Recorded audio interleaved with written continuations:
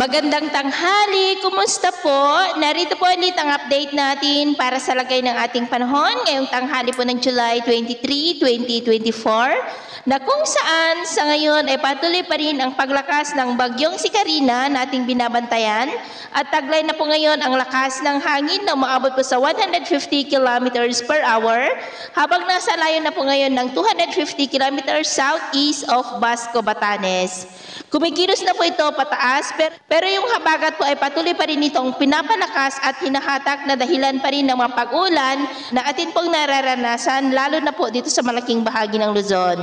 At bukas ay nasa silagang bahagi na po iyan ng Taiwan at posibleng lalakas pa po iyan pero asahan natin na magpapaulan pa rin ang habagat na patuloy pa rin po nitong hahatakin. Hanggat hindi po nawawala ang bagyong si Karina ay patuloy po tayong makakaranas ng mga pag-uulan dahil patuloy naman itong hahatakin ang habagat na siyang magdadala ng maulan na panahon lalo na po sa kanlurang bahagi ng ating bansa. Sa Huwebes, posibleng makakalabas na rin po iyan sa ating area of responsibility pero asahan pa rin natin na ang habagat ay patuloy pa rin po na magpapaulan. At dahil po sa bagyong habagat ay nakataas na po ngayon ang tropical cyclone wind signal number 1 sa may Batanes, Babuyan Islands, the northern and eastern portions of mainland Cagayan sa may Santa Ana, Gataran, Baggao, Peña Blanca, Lalo, Gonzaga, Bugay, Santa Teresita, Apari, Camalanyugan, Ballesteros, Alacapan, Abulog, Pamplona, Claveria, Sanchez Mira, Santa Praxedes, Lasam, Alcala, maging po sa eastern portion ng Isabela sa may Divilacan, Palanan, Maconacon, Dinapigue, Tumawini, Ilagan City, San Mariano, Cabagan, San Pablo, Santa Maria, maging po sa northern portion ng Apayao, sa may Kalanasan, Luna, Pudtol, Flora, Santa Marcela, the northern portion of Ilocos Norte, sa may Pagudpod, Bangi, Adams, Dumalneg, Burgos, Vintar, maging po sa northern portion ng Aurora, sa may Dilasag, Kasiguran, maging sa may Polilo Islands, Calaguas Islands, and the northern portion of Catanduanes, sa may Pandan, Bagamanok, Panganiban, Viga, Gigmoto, at Karamuan.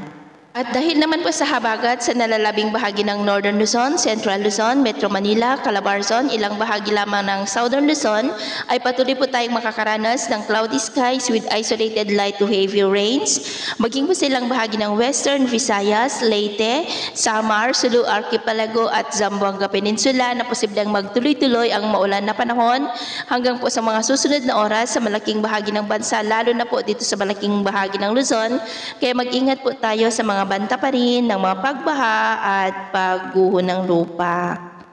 At sa atin naman pong mga baybayin, ipinagbabawal po ang pumalaot sa western seaboard ng Central at Southern Luzon, maging po sa seaboard ng Western Visayas, dulot po ng habagat dahil ang mga alon dyan ay posible po na aabot hanggang po sa 1.5 to 3 meters height. At dahil naman kay Bagyong Karina, ay pinagbabawal pong pumalaot sa lahat ng klase ng sasakyang pandagat sa northern at eastern seaboard ng Luzon dahil ang mga alon naman po ay posibleng aabot hanggang po sa 2 to 4 meters height. Kaya iwasan po muna natin ang papalaot dyan sa mga may kulay pula para mas makaiwas sa mga sakunang pangkaragatan. So, yun po ang latest update natin sa araw na ito. Ako po muli si James na nagsasabing sa kahit anong pagsubok na darating sa ating buhay,